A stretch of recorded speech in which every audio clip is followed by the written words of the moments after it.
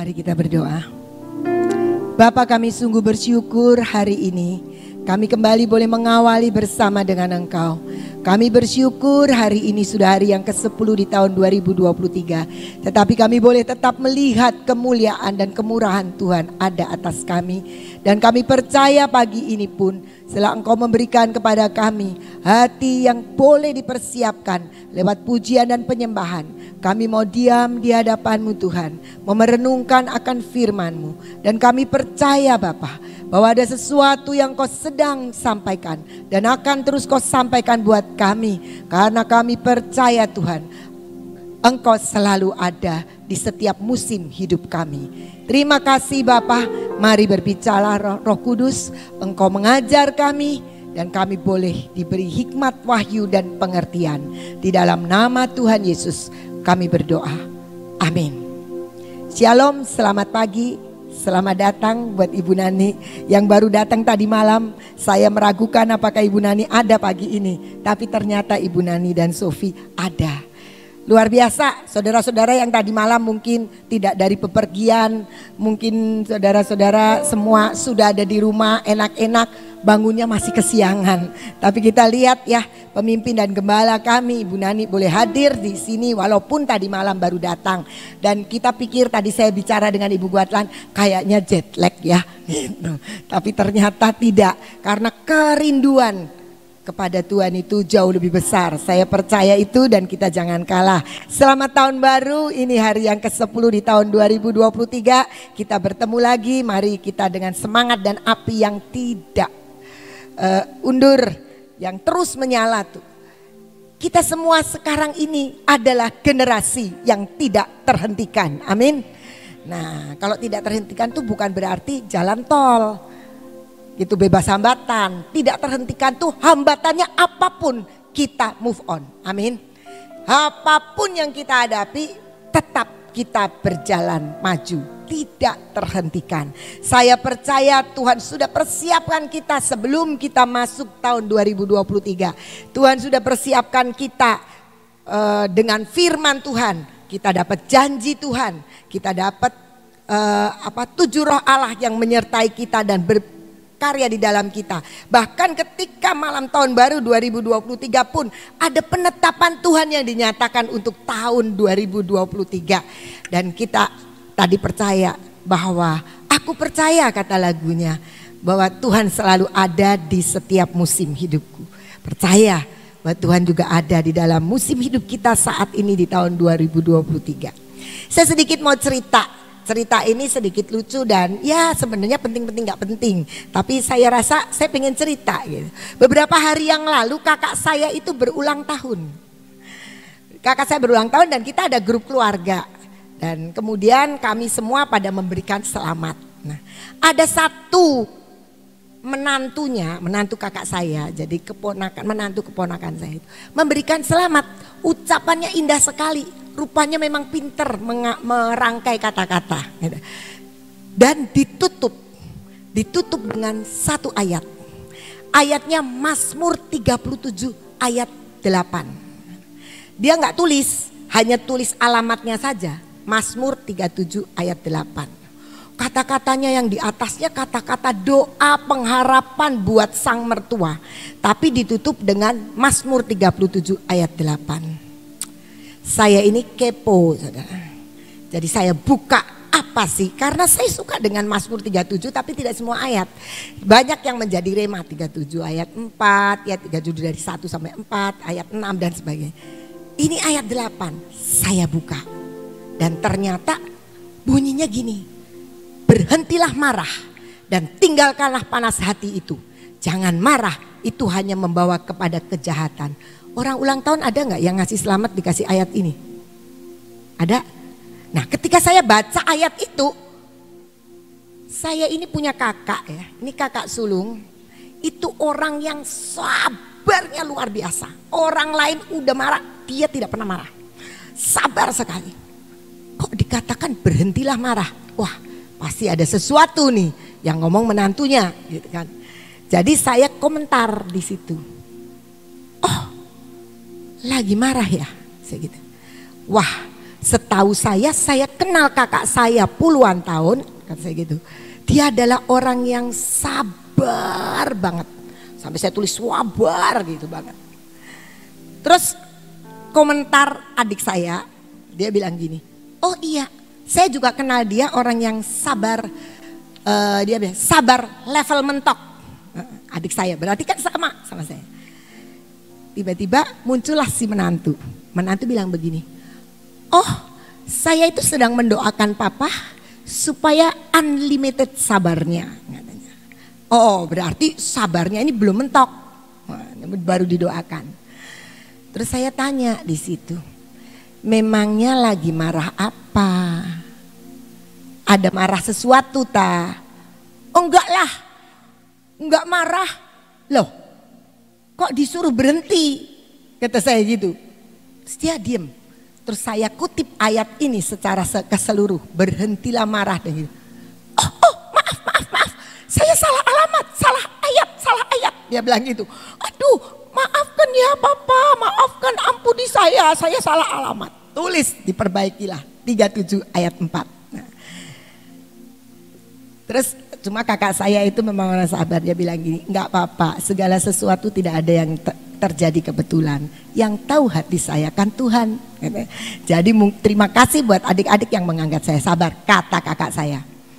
Selesai, dia sudah minta maaf. Itu perkara kecil yang gampang dihapuskan. Salah itu, oh ya sudah dimaafkan dan semua cuma ketawa-ketawa aja di situ ya. Terus selesai. Tetapi hidup kita, kalau kita punya keputusan yang salah, tidak semudah itu. Kita tidak semudah itu terus tiba-tiba minta maaf, terus dimaafkan, terus hidup kita sudah biasa lagi. Saya percaya bahwa menantu dari kakak saya dan kakak saya hubungannya tetap biasa lagi. Oh salah alamat, sudah selesai. Tetapi kalau kita bertindak memutuskan kehidupan kita, itu dampaknya bisa sangat besar. Dan kadang-kadang sudah tidak bisa mundur lagi. Contoh ya, banyak orang bertengkar. Pernah satu ketika suami istri itu datang ke saya. Terus cerita mereka itu tidak cocok berdua. Terus si suami itu menceritakan latar belakangnya. Latar belakangnya suami itu memang anak nakal. Dari sejak sekolah di SMA bagaimana nipu guru, bagaimana loncat dari wis pokoknya nakal gitu. Si suami ini cerita. Terus terang saya terus ngomong sama istrinya, kamu tuh nemu dari mana ya bisa dapat begini, kok ya mau gitu. Iya kata istri saya dijebak. Mau dijebak nggak dijebak, keputusannya untuk menikah dengan pria itu harus diteruskan. Dan nggak bisa cuma bilang maaf Tuhan saya balikin ya ini suami saya, nggak bisa. Itu kehidupan yang harus dilewati sampai akhir. Bersyukur akhirnya suaminya juga bertobat. Di dalam hidup kita ada perkara yang seperti tadi menantunya kok ke saya, oh maaf ya papa, aku salah alamat, maksudku yang ini gitu kan. Oh iya nggak apa-apa katanya, semua terjadi pasti ada dalam izin Tuhan dan sebagainya, selesai. Tapi kalau sudah kita memutuskan sesuatu, entah memutuskan milih pasangan, entah memutuskan pekerjaan, ya pekerjaan sih masih bisa keluar lah ya. Tapi keputusan-keputusan penting pun sekalipun kita milih pekerjaan, tetap aja kan ada waktu dan harga yang kita mesti bayar. Tidak semudah itu. Karena itu mari kita yang sudah dapat pesan Tuhan, janji Tuhan itu tadi di pujiannya, Allah yang tidak terbatas kuasanya, dia bisa menggenapi dan selalu bisa berkuasa untuk menggenapkan janjinya.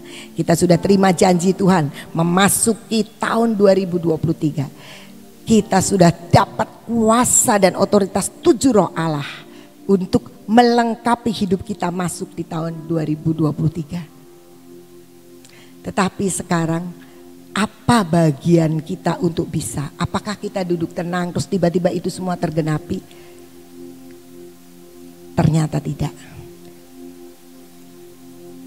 Saya teringat ayat di mana malam tahun baru Ibu Nani sampaikan. Amsal 30 ayat 7 sampai 9. Dua hal aku mohon kepadamu, jangan itu kau tolak sebelum aku mati, yakni jauhkanlah daripadaku kecurangan dan kebohongan.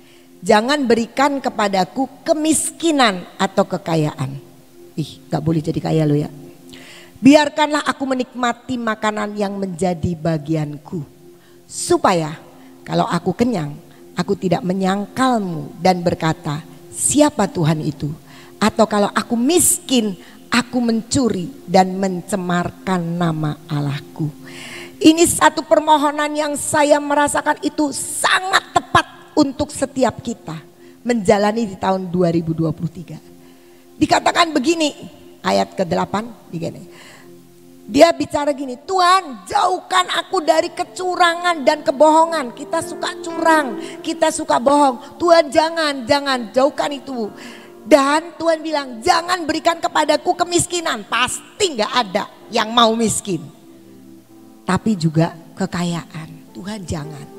Tapi yang menarik di sini adalah biarkanlah aku menikmati makanan yang menjadi bagianku.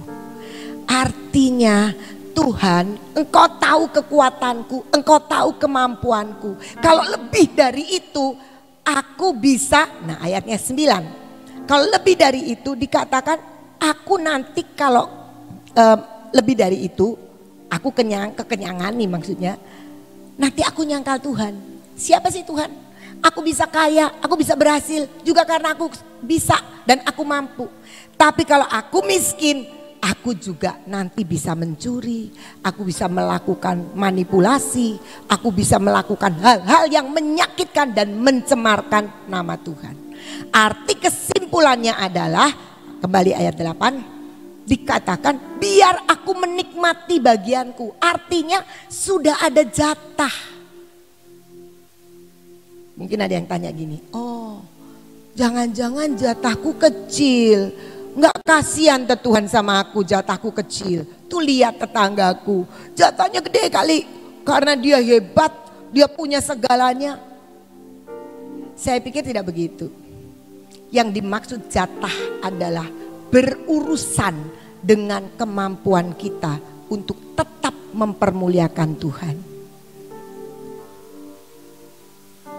Kalau anak kecil belanja ya, sekolah, anak SD sekolah ya. Sofi anaknya disangguin uang berapa? Si Ayah. Ayah bawa uang saku berapa? Per minggu 50.000. Kean? Sehari 5.000. Adil nggak? Kean 5.000 seminggu 5 hari kerja, 5 hari sekolah cuma 25.000. Tapi ayah dapatnya 50.000. Berarti sehari kan 10.000. Adil nggak? Adil. Kean itu kelas 1 SD. Kaila itu kelas 6 SD. Jadi dia punya kemampuan terima jatah 50.000 seminggu. Saya juga dengar dari Ibu Nani tentang Kean, dibawain uang, kan per minggu dikasihnya, habis dalam sehari. Buat naktir temen-temen gitu kan. Dia nggak ngerti bahwa itu duit itu jatah untuk 1 minggu. Tapi karena dia kelas 1 SD, jadi ada temennya yang nggak jajan, dia jajan gitu. Dia nggak mikir, tidak di manage 25.000 itu. 5.000 jadi akhirnya dikasih harian, rupanya begitu. Soalnya kalau harian ya sehari habis. Seperti itu jatah kita. Seberapa besar kemampuan kita untuk bertanggung jawab. Karena itu penulis Amsal ini mengatakan bahwa Tuhan, jangan biarkan aku mencuri atau aku berbohong. Jangan berikan kepadaku miskin maupun kaya. Supaya aku nanti gak nyangkal engkau. Aku tidak bilang kalau aku kaya, wah pas ini kan karena aku pinter. Atau kalau aku miskin nanti aku mencemarkan namamu. Tetapi biarkan aku menikmati makanan yang menjadi bagianku. porsinya seberapa bagianku itu? Ya porsinya seberapa kita punya kemampuan untuk mengelola tiap berkat yang Tuhan berikan. Itu kehidupan kita di tahun 2023. Diingatkan kembali. Tahun ini tahun janji Tuhan yang ajaib. Apakah kita mau terima jatah yang besar? Pasti mau. Masalahnya mampu nggak kita terima jatah yang besar? Ada terlalu banyak orang yang tidak mampu. Ketika diberkati dengan luar biasa, ketika hidupnya mulai enak, ekonominya meningkat, keluarganya baik, terus ya saya repot, masa harus pagi-pagi jam 7 sampai setengah 9 PW, saya harus kerja lebih keras lagi supaya saya lebih kaya lagi. Kalau soal pelayanan nggak apa-apa, duit saya banyak, nanti saya ikut kok. Mau pelayanan apa? Saya ikut. Tuhan nggak mau yang seperti itu. Tuhan mau hati kita, bukan uang kita. Uang nggak masalah buat Tuhan. Yang masalah adalah hati kita yang harus berurusan.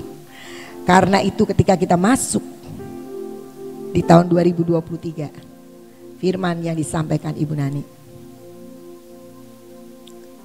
bergaul erat dengan Tuhan. Itu yang akan memperbesar jatah kita dan menjadikan kita orang yang mampu menikmati bagian kita yang terus bisa next level. Ketika saya berdoa secara pribadi, saya dapatkan ayat yang waktu kakak saya ulang tahun itu.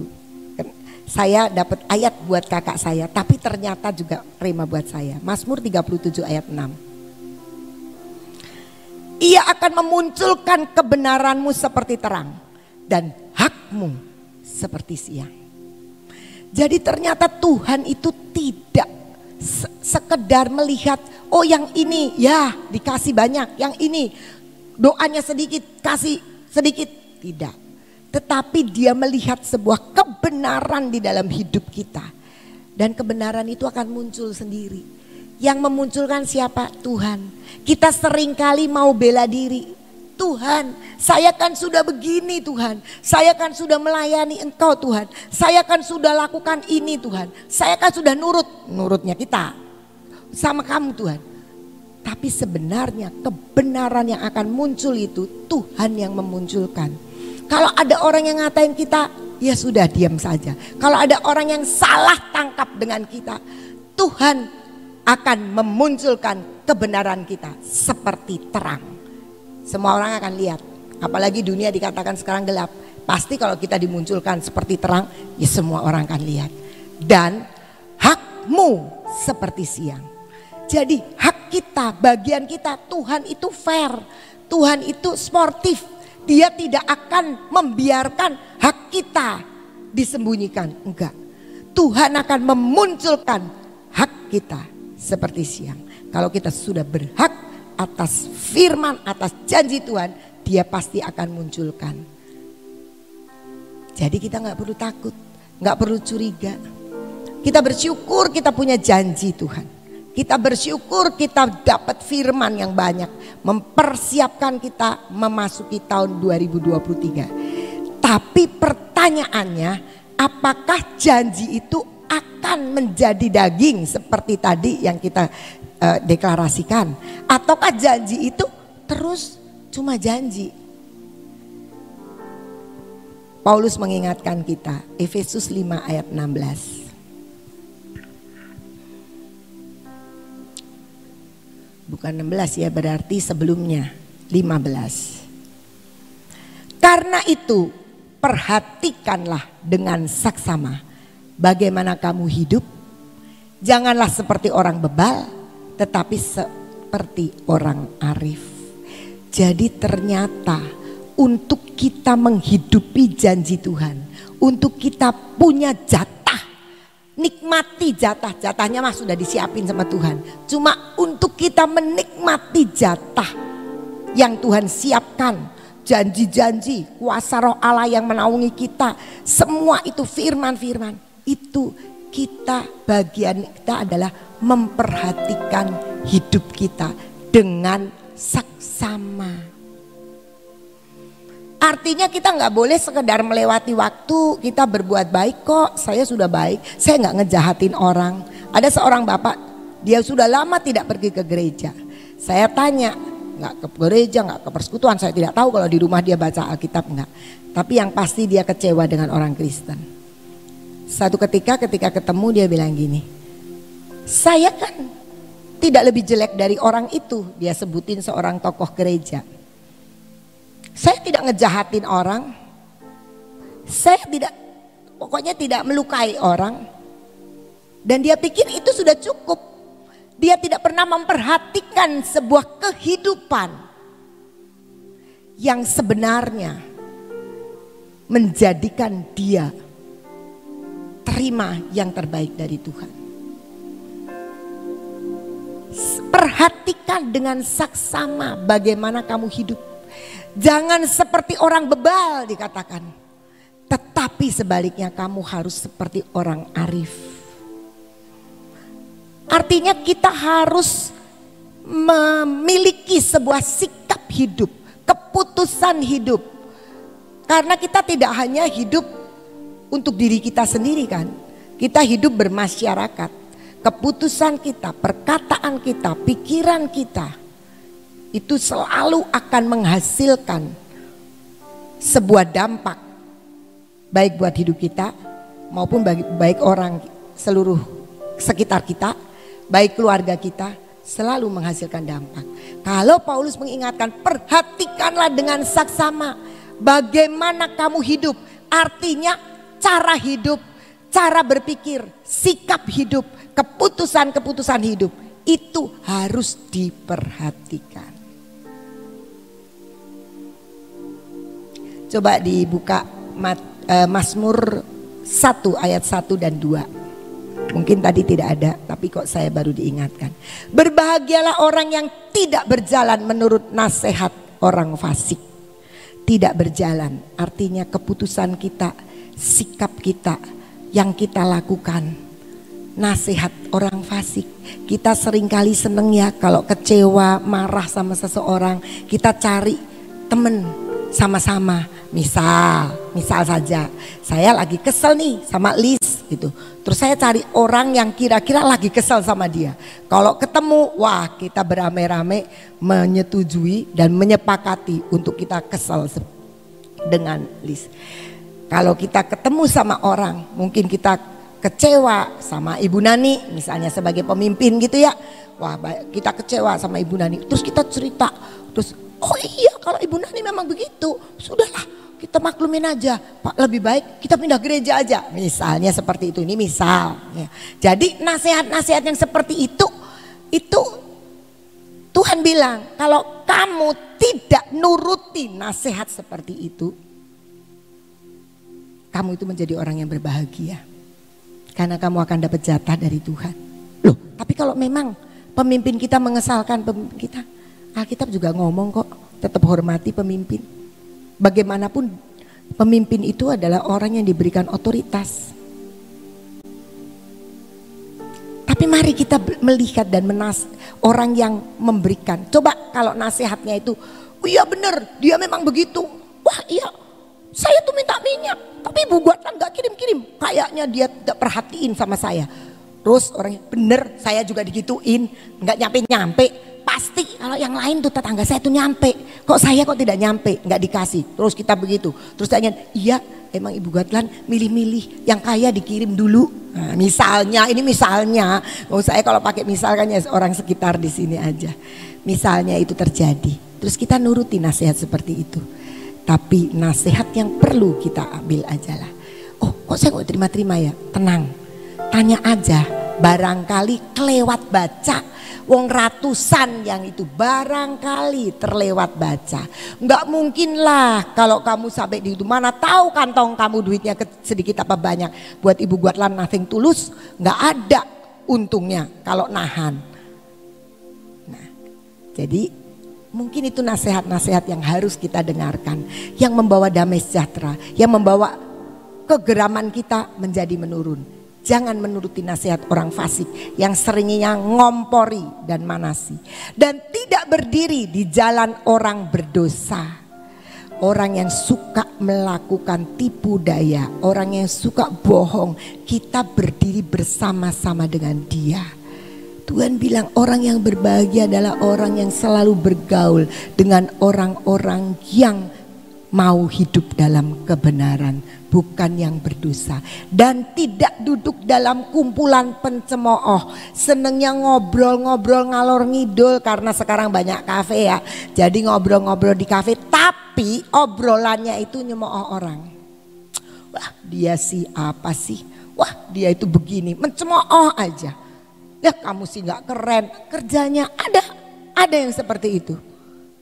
Saya sering mendengar orang-orang yang seperti itu dan melihat orang-orang yang seperti itu. Alkitab bilang, jangan kamu sama-sama dengan kumpulan pencemooh, tapi berkumpullah dengan orang-orang. Boleh gak ke kafe? Sangat boleh, boleh saja. Mari kita berkumpul, tapi kita saling mendukung. Apa sih yang menjadi masalahmu? Oh tenang aja.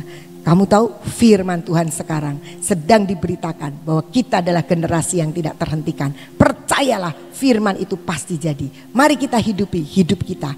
Mari kita jalani setiap kehendak Tuhan. Itu yang akan membangkitkan kita. Dan Alkitab mengatakan berbahagialah orang yang tidak berjalan menurut nasihat orang fasik. Berbahagialah orang yang tidak berdiri di jalan orang berdosa. Berbahagialah orang yang tidak duduk dalam kumpulan pencemooh. Ayat 2, tetapi bukan cuma itu saja, kesukaannya ialah Taurat Tuhan, firman Tuhan, dan merenungkan firman itu siang dan malam. Mendalami apa sebenarnya yang Tuhan mau lewat firman itu. Ketika kita baca, kamu harus hidup memperhatikan kehidupanmu dengan seksama. Mulai kita renungkan, sepanjang hari ini apa yang aku hidupi, aku lakukan, aku putuskan, aku katakan. Dan dikatakan kembali ke Efesus 5 ayat 16. Efesus 5 ayat 15. Nah, tadi ya. Perhatikanlah dengan seksama bagaimana kamu hidup, janganlah seperti orang bebal. Orang bebal itu yang seperti apa sih? Kita baca 2 Timotius 3 ayat 5 dan 7. Tapi kalau repot ya 5 sampai 7 boleh. 2 Timotius 3. Ya. Sebab aku 2 Timotius 3 ayat 5. Secara lahiriah mereka menjalankan ibadah mereka, tetapi pada hakikatnya mereka memungkiri kekuatannya. Jauhilah mereka itu. Sebab 7 aja 7 langsung. Yang walaupun selalu ingin diajar, namun tidak pernah dapat mengenal kebenaran. Ayat 5 coba. Nih ya.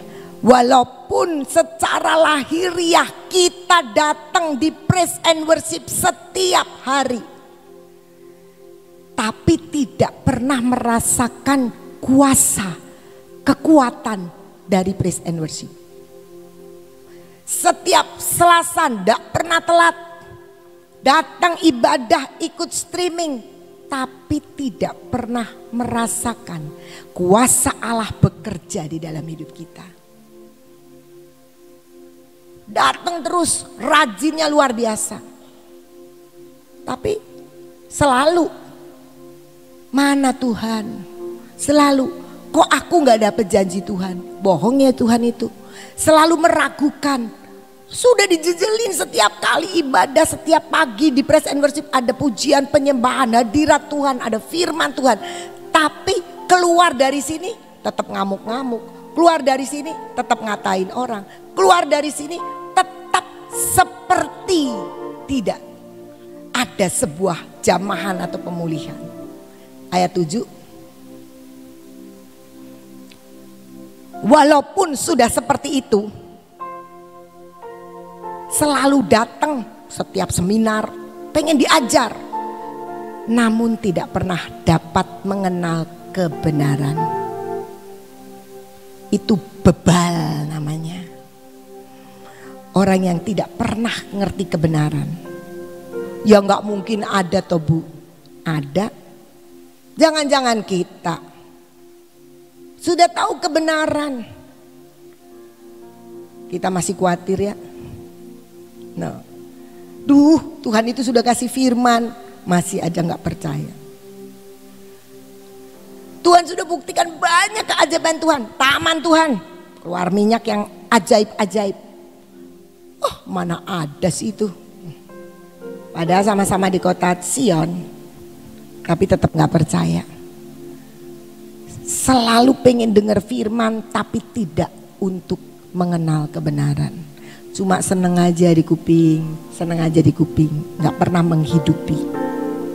Dan Tuhan bilang tadi di dalam Efesus 5 ayat 15, jangan seperti orang bebal, tetapi seperti orang arif. Nah, saya Ibrani 6 ayat 11 dan 12. Gimana orang arif itu? Tetapi kami ingin supaya kamu masing-masing menunjukkan kesungguhan yang sama untuk menjadikan pengharapanmu suatu milik yang pasti sampai pada akhirnya. Agar kamu jangan menjadi lamban, malas, letoy, tetapi sebaliknya kamu menjadi penurut-penurut mereka yang oleh iman dan kesabaran mendapat bagian dalam apa yang dijanjikan Allah. Ayat 11 tadi dikatakan supaya pengharapanmu itu, kita kan dapat firman. Sekarang ini punya harapan dong. Wah, kita adalah generasi yang tidak terhentikan. Terus dapat firman, ada kuasa roh Allah, 7 roh Allah yang turun mengurapi kita. Kita dapat minyak urapan, kita tahu ada mana yang terus akan ada di dalam hidup kita. Itu kita berharap terus kan, kita kan baru 10 hari tahun 2023. Nah, di dalam perjalanan itu kita tahu pengharapan kita itu sudah pasti menjadi milik kita yang pasti. Jangan gini, kapan ya Tuhan? Kok belum ya Tuhan? Tapi kita harus percaya itu menjadi milik kita, pengharapan. Dengan cara apa? Menunjukkan kesungguhan. Kita harus serius sama Tuhan. Jangan kita serius sama Tuhannya kalau lagi di Gracia. Kita seriusnya sama Tuhan kalau sudah doa malam. Kita seriusnya sama Tuhan kalau kita lagi punya masalah. Kita jadi serius banget. Tapi kesungguhan kita itu akan terus menerus menjadikan pengharapan kita milik yang pasti. Pasti terjadi. Pasti terjadi.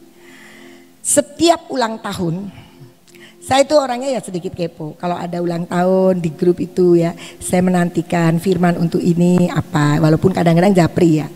Termasuk saya kalau ulang tahun malam saya berdoa, Tuhan saya minta firman. Dan kebiasaan kita ya, Ibu Nani itu nanti akan mendoakan kami. Saya selalu berdoa, Tuhan Engkau berbicara. Yang anehnya ya, kadang-kadang mau berbicara sama saya, tapi ya itu ketergantungan anak-anak ya. Jadi saya selalu bilang, Tuhan Engkau berbicara kepada hamba-Mu Ibu Nani untuk firman buat saya ulang tahun. Dan biasanya pagi-pagi firman itu sudah datang lewat Ibu Nani. Firman itu saya selalu perkatakan dan saya jadikan itu deklarasi. Apa yang Tuhan firmankan selalu saya buat jadi deklarasi. Termasuk firman di hari ulang tahun saya. Itu sebenarnya kesungguhan untuk menjadikan pengharapan di dalam firman itu jadi milik saya yang pasti. Jadi kalau dapat rema langsung itu katakan, jadikan deklarasi, percayai itu menjadi milik kita. Dan itu yang menjadikan firman jadi daging. Dan dikatakan ayat 12-nya, jangan lamban. Lamban tuh males. Besok lagi. Tetapi jadilah penurut-penurut mereka. Penurut-penurut mereka, jadi ada ketaatan. Yang oleh iman dan kesabaran mendapat bagian dalam apa yang dijanjikan Allah. Saya tidak mendiskreditkan orang loh ya. Saya tidak meninggikan manusia, tidak. Tapi Tapi yang dimaksud di sini kita menjadi menurut mereka yang oleh iman dan kesabaran sudah mendapat bagian dalam apa yang dijanjikan Allah. Di dalam perkara ini Ibu Nani menjadi figur pemimpin kita. Jadilah penurut oleh iman dan kesabaran. Jadi kita perlu nyontoh. Makanya Ibu Nani kan sering ngomong, coba lihat sih hidup saya. Saya kenal sudah cukup lama, puluhan tahun. Saya mendampingi ketika gedung ini dibangun. Dari sebelumnya ketika masih di Kesambi, saya begitu pindah dari Jakarta, itu saya langsung ikut dalam persekutuan Ibu Nani. Itu saya menghidupi cara hidup. Dulu saya sudah jadi anak Tuhan, tapi nggak ngerti kalau mau apa-apa tuh tanya Tuhan. Berdoa iya, dapat jodoh berdoa iya. Tapi kalau bilang ini tanya Tuhan, saya taunya di Sion ini. Kita menjadi penurut ngikuti pengikut iman dan kesabaran dari orang yang sudah mendapat bagian dalam apa yang dijanjikan Tuhan. Jangan ngikutnya sama orang lain yang kecewa, yang marah, yang kesel, itu sampah semua. Saya beberapa waktu ini banyak berdekatan dengan ibu saya, karena ibu saya kemarin dulu kesehatannya terganggu, jadi saya nemenin ya. Kalau ibu saya cerita begini-begini, mami itu sampah, mami itu sampah. Terus mami saya suka bilang gini, saya sekarang punya pelajaran baru, selalu suruh buang sampah. Jadi kalau yang misalnya temennya begini-begini urusan soal, mami saya itu sudah masih pelayanan, usianya menjelang 90 tahun, tapi masih pelayanan, suka gini, terus dia lihat pengalaman dia kan sudah panjang itu ya, jadi kalau di gereja pelayanan masih masih latihan itu gitu, suka ngomong gini, mami itu sampah, yang itu nggak usah dipikirin, sudah diemin aja. Jadi mami saya bilang gini, oh sekarang mami kerjanya suruh buangin sampah ya, iya betul itu sampah, dan dia suka cerita, dia kalau ketemu teman, nih anakku bilang itu sampah gitu, jadi itu betul, tapi kita seringkali justru mungutin sampah. Bikin kita sakit hati, bikin kita marah, bikin kita kecewa, bikin kita khawatir, bikin kita salah. Ngapain itu sampah? Kita harus bersihkan itu. Supaya apa yang diterima pemimpin-pemimpin kita, orang-orang yang kita ikuti juga menjadi bagian kita. Perhatikan hidup kita. Seperti apa? Setiap keputusan kita selalu ada dampaknya. Apa yang kita alami sekarang hasil dari keputusan dan sikap hidup kita di masa lalu. Karena itu mari kita memperhatikan hidup. Karena hidup itu bukan sekedar melewati waktu, tapi hidup harus menginvestasikan supaya janji Allah, jatah yang kita sudah ditetapkan oleh Tuhan untuk kita di tahun 2023 menjadi bagian kita.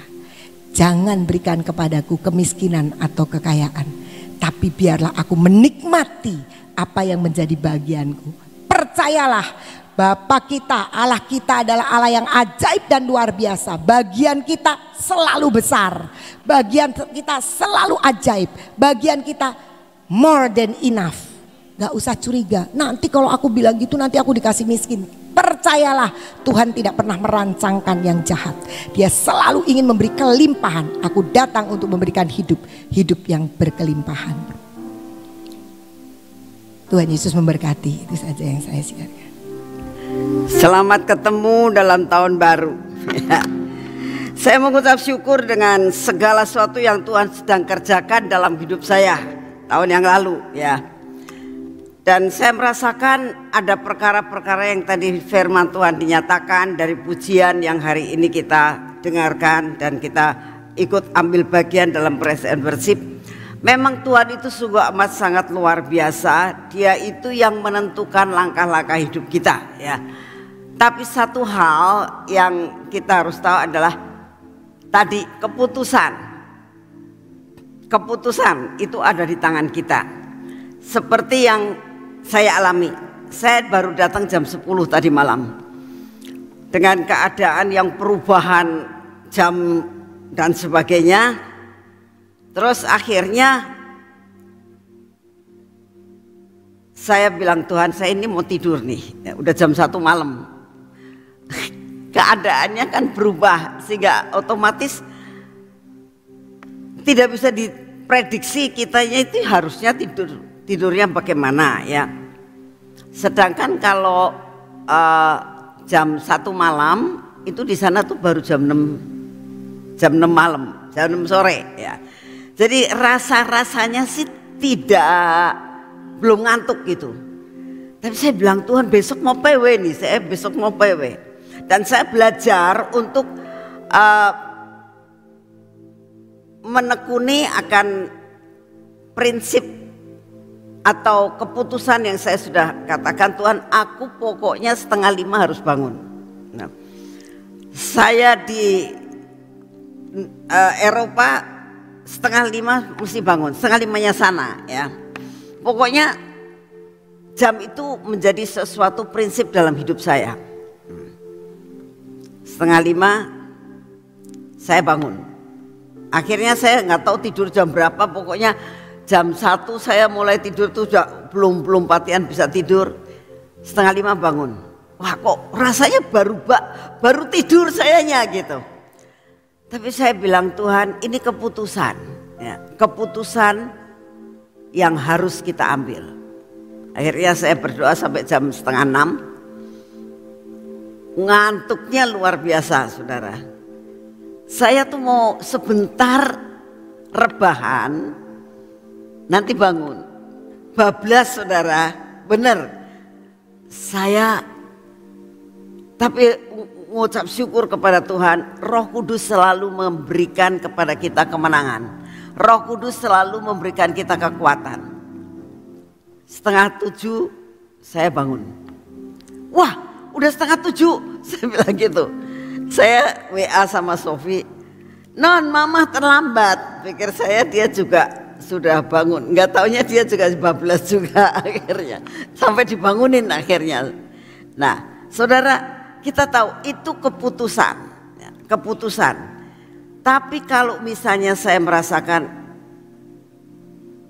ya orang juga memaklumin, barusan datang tidak PW itu wajar gitu. Keputusan ya, itulah yang harus kita lakukan, belajar untuk mendisiplin diri ya, belajar untuk mencintai Tuhan lebih dari segala-galanya. Maka otomatis segala sesuatu yang menjadi kerinduan kita itu Tuhan berikan. Saudara, pada saat saya mau pergi ke Eropa, saya itu ngomong, Tuhan saya minta, saya bilang cuacanya jangan main, saya bilang gitu ya. Kayaknya saya kedinginan nantinya. Tolong Tuhan, saya minta antara 6 sampai 10 derajat. Itu permintaan saya, 6 sampai 10 derajat. Jangan main Tuhan. Tapi saudara tahu, kira-kira 3 hari, seminggu sebelum kita berangkat, saya dapat kabar dari mereka, wah cuacanya sangat jelek. Di bawah 0, -5, -6, low ya. Waduh. Tapi saya percaya Tuhan engkau mengasihi saya bilang engkau akan mengatur dalam segala sesuatu. 1 hari sebelum saya datang itu bisa 6 plus berarti ya, enggak main 6. Saya datang menjadi 8. Mereka sampai bilang aneh ya, tapi itu kenyataan yang ada ya. Sampai ada break news ya. Di situ dikatakan sepanjang masa winter di Eropa, inilah winter yang terpanas. Biasanya winter itu di bawah 0, tapi kali ini dia bilang ada, ya mereka sih ngomongnya sih global warming apa ya, bahwa inilah tahun di mana Eropa dalam masa winter terpanas karena antara 6 sampai 10, kadang-kadang 11 ya. Saya tuh sampai kita pulang semuanya oke ya. Saya ketemu dengan saudara-saudara dari pasukan Eropa, mereka pada datang dan kita membuat retreat 1 hari. Mereka juga merasakan bahwa ini aneh katanya. Belum pernah terjadi bahwa ini terjadi sesuatu hal yang sangat luar biasa di mana winter tapi panas gitu. Dari sini saya bisa melihat akan cara pemeliharaan Tuhan yang luar biasa sehingga di sana saya bisa survive dan juga akhirnya bisa pulang dengan baik ya, diberi kekuatan, diberi kesehatan, sampai diberi kekuatan untuk bisa PW pagi ini. Tadi pagi hampir saja tergantung dari keputusan mau jalan atau enggak. Begitu bangun saya perkatakan dalam diri saya, daging sesudah PW kamu seharian bisa tidur, saya bilang ya. Kamu bisa istirahat, tapi dahulukan akan apa yang Tuhan mau. Ya. Kamu harus tunduk pada Roh Kudus, saya bilang. Bangun, cepat, siap-siap pergi ke PW. Langsung saya dengan memperkatakan perkataan itu, ada perjuangan saudara. Karena tanpa perjuangan gak bisa. Karena apa? Selama saudara mengasihani diri sendiri, dia misalnya, aduh aku capek ya, aku kurang tidur, aku ini, nggak akan bisa. Lepaskan dirimu daripada mengasihani diri sendiri. Dahulukan Tuhan, maka engkau akan melihat kuasa Tuhan akan terjadi dalam hidup saudara dan saya. Amin. Yuk kita berdoa saat ini. Bapak, terima kasih buat firman-Mu hari ini. Terima kasih buat PW selama 1 jam. Terima kasih hamba-Mu bisa bertemu dengan saudara-saudara yang PW pada pagi hari ini maupun yang streaming pada pagi hari ini. Terima kasih ya Tuhan untuk semua dan semuanya yang Engkau berikan sepanjang perjalanan hamba-Mu pelayanan dan juga bisa holiday bersama keluarga. Terima kasih Tuhan untuk semuanya. Hamba melihat akan cara kerja-Mu yang sungguh amat sangat luar biasa. Ini waktunya kami akan terus menjadi generasi yang tidak terhentikan Tuhan, untuk mencapai top yang Engkau inginkan dalam hidup kami. Terima kasih untuk kasih setia-Mu. Terima kasih Tuhan. Tetap pada pagi hari ini kami datang di hadapan-Mu. Kami tetap mau berdoa sebagaimana Engkau rindukan dalam hidup kami, untuk kami benar-benar menjadi pendoa buat bangsa dan negara kami.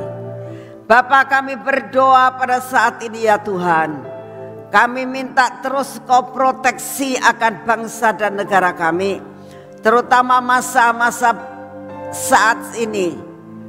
Kami minta anugerah-Mu turun dengan keadaan cuaca yang tidak menentu. Kami hanya minta perlindungan-Mu Tuhan. Lepaskan kami dari bencana alam mengenai tsunami maupun banjir besar, gempa bumi. Tuhan, kami tahu kalau mau tidak mau ini memenuhi akan akhir zaman. Kami berdoa Engkau lindungi anak-anak-Mu dimanapun juga mereka berada. Biarlah apa yang terjadi tidak akan membinasakan seperti perjanjian pelangi yang kami katakan Tuhan. Inilah doa yang kami naikkan di hadapan-Mu. Kami berdoa saat ini untuk Bapak Presiden kami. Tuhan, proteksi yang daripada-Mu yang membuat presiden kami akan tetap dapat eksis sampai akhirnya. Terima kasih untuk kasih setia-Mu. Kami juga berdoa pada saat ini ya Tuhan, lawatan-Mu boleh terjadi di bangsa-bangsa, lawatan-Mu boleh terjadi di pulau-pulau di Indonesia. Kami percaya Tuhan, anugerah-Mu sangat besar buat bangsa kami. Penggenapan janji-Mu Tuhan akan terjadi. Terima kasih untuk kasih setia-Mu ya Bapa. Saat ini kami datang di hadapan-Mu. Kami sudah memasuki tahun 2023 Tuhan. Tetap kami mau katakan keputusan dari Bapak Presiden kami, bahwa Indonesia sudah lepas dari PPKM. Kami percaya Tuhan, tidak ada virus lagi terjadi di negara kami. Engkau berikan kepada kami saat ini daya tahan tubuh yang baru, daya tahan tubuh yang berasal dari surga, daya tahan tubuh yang ilahi. Di dalam nama Tuhan Yesus memenuhi hidup kami dan keluarga kami. Di dalam nama Tuhan Yesus kami terima daya tahan tubuh yang baru di dalam nama Tuhan Yesus. Dan saat ini ya Tuhan, kami percaya anugerah-Mu turun atas kami. Bukakan jalan buat kami Tuhan saat tidak ada jalan. Biarlah pimpinan yang berasal daripada-Mu turun atas hidup kami Tuhan, supaya sepanjang tahun ini ada perkara-perkara yang ajaib. Kita akan terus naik Tuhan dan tidak akan pernah turun. Terima kasih anugerah-Mu atas hidup kami. Di dalam nama Tuhan Yesus. Mari kita masuk dalam pengurapan.